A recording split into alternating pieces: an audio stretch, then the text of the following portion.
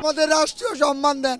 ৭১-এ আপনারা সম্মান দিয়েছেন মুক্তিযোদ্ধা, ভাষা আন্দোলনে যে শক্তি, যে ভাষা সৈনিক, আমরা কি করেছি? আমাদের তো দাবি দাবা, আমরা এখন যেই কারণে এখানে আসছিলাম আমাদের ঠিক মতো সুচিকিৎসা দিচ্ছে না। আমি 19 তারিখ থেকে আপনার জাতীয় চক্ষু বিজ্ঞানে ভর্তি, তারপর থেকে আমার 3বার অপারেশন হয়েছে, এখন পর্যন্ত আমি চোখে দেখি না। তো বিদেশ থেকে ডাক্তার আসলো, 16 তারিখে আমার চোখে লেন্স বসাইছে, আমার চোখে এখনো গুলি আছে। তো ডাক্তার বললো আবার আমাকে লেন্স লাগাতে হবে। তো ওনারা কি চিকিৎসা দিল আমার? এখন আমাদের দাবি হচ্ছে গিয়ে, প্রথম দাবি আমাদের উন্নত ট্রিটমেন্ট যদি এই বাংলাদেশে যদি না হয়, বাহিরে ওনারা কোথা থেকে দিবে এটা ওনাদের ব্যাপার। কিন্তু আমি মনে করি আমাকে উন্নত ট্রিটমেন্ট দিলে, আমার মতো আরো যারা আছে উন্নত ট্রিটমেন্ট দিলে তাদের চোখ ভালো হবে।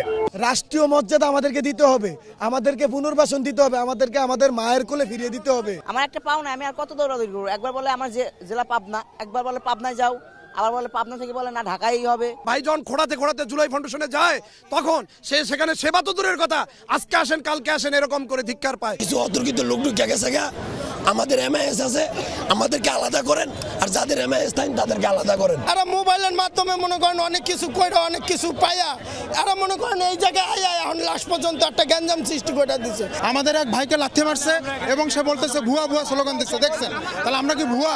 দুই কমিটি আসলে একমত হতে না পেরে সম্ভবত এখানে ধস্তাধস্তি হয়ে গেছে।